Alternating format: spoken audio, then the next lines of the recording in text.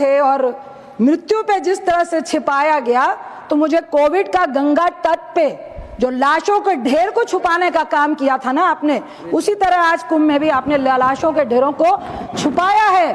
और मैं आपको दावा करती हूं कि कल इस पर भी मूवी बनेगी। राष्ट्रपति जी का अभिभाषण हम सब सुन रहे थे। उन्होंने सरकार की उपलब्धियों को बताने का काम किया, जो एक परंपरा चली आई है।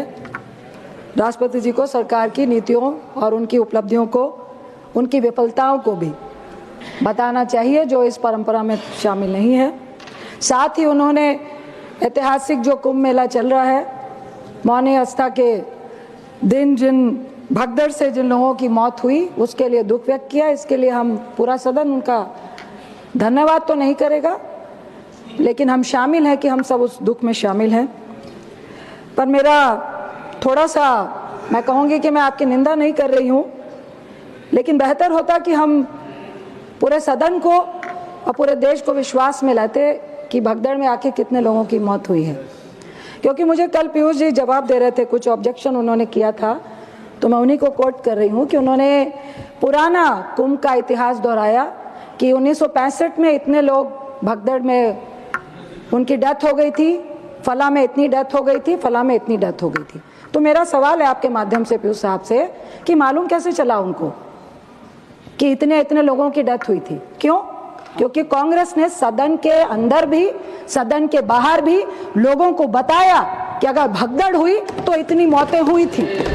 इसी से आपको एग्जाम्पल लेना था, तो आप क्यों छिपा रहे हो? क्योंकि आपकी सरकार आवाम के संवेदनाओं से खेलकर उनकी मौत पे सत्ता पाने का काम करती है। ये बहुत ही आवाम के लिए दुखद है, जो पूरा देश देख रहा है। कुंभ मेला, महादेवी श्वेता वर्मा जो बहुत बड़ी पोएट थी, बहुत बड़ी राइटर थी, वो महीना महीना जाके वहां रहती थी। उस टाइम सिर्फ साधु संत आते थे, लाखों की संख्या में आते थे, और वो एक दूसरे से वाद विवाद करते थे, मेडिटेशन करते थे। वो आपकी सत्ता पाने का, वोट पाने का, प्रचार का माध्यम नहीं था, जो आज की तारीख में आपने कर दिया है। इसके लिए हम सबको बहुत अफसोस हो रहा है।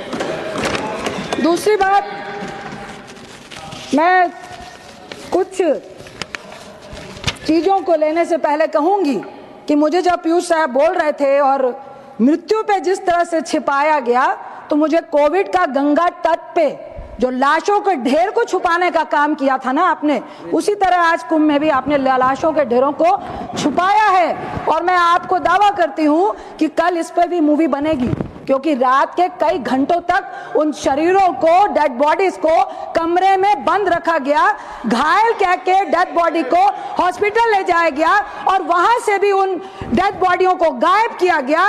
एसपी ने कहा मेरा नाम नहीं लेना, लेकिन जबरदस्ती लोगों से साइन कराया गया और कहा गया कि कहा जाए कि उनकी अपनी बीमारी से और नेचुरल डेथ हुई थी कुंभ मेले में, ना कि भगदड़ से हुई थी। ये हम सब के लिए बहुत शर्म की बात है। मैं पांच छह सब्जेक्ट पे राष्ट्रपति अभिभाषण पे बोलना चाहूंगी। उससे पहले मैं पूछूंगी राष्ट्रपति अभिभाषण में, क्योंकि सरकार ने कहा कि यह गरिमापूर्ण अभिभाषण है, यह सुनहरा कागजों पे दिखाया गया कि ये देश के सुनहरे दिन 10 सालों से चल रहे हैं, लेकिन ये सच्चाई, जो जमीनी सच्चाई है ना, उससे मेल नहीं खाता है।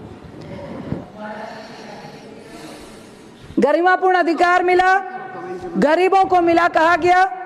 मैं उत्तर देती हूं, नहीं मिला, क्योंकि सरकार ने गरीबों को क्या कहा, क्या दिया? बिल्कुल आप कहेंगे, आपके प्रधानमंत्री साहब और आपकी सरकार ने कहा गरीब भाइयों बस आप शौचालय लो, महंगा गैस सिलेंडर लो, 5 किलो सूखा अनाज लो। बदले में ना नौकरी की बात करना या सोचना, ना महंगाई को कम करने की बात करना, ना गैस सिलेंडर को सस्ता करने की बात करना, बस सरकार को वोट देना। तुम्हारी तरक्की की जो सीढ़ी है ना, इससे ऊपर नहीं जा सकती है। क्या यही गरिमापूर्ण अधिकार है? दूसरी बात, मैं 5-6 मुद्दों को ले रही हूं, जिसमें किसान है, शिक्षा है, एजुकेशन पर याद दिलाना चाहूंगी, जिसके बारे में मैं याद दिलाऊंगी, PM Shri school for rising India, स्वास्थ्य, पर्यावरण, आपकी उड़ान, आपका स्पोर्ट्स। वक्त मिला तो मैं चंद चीजों पे सच्चाई उजागर करना चाहूंगी।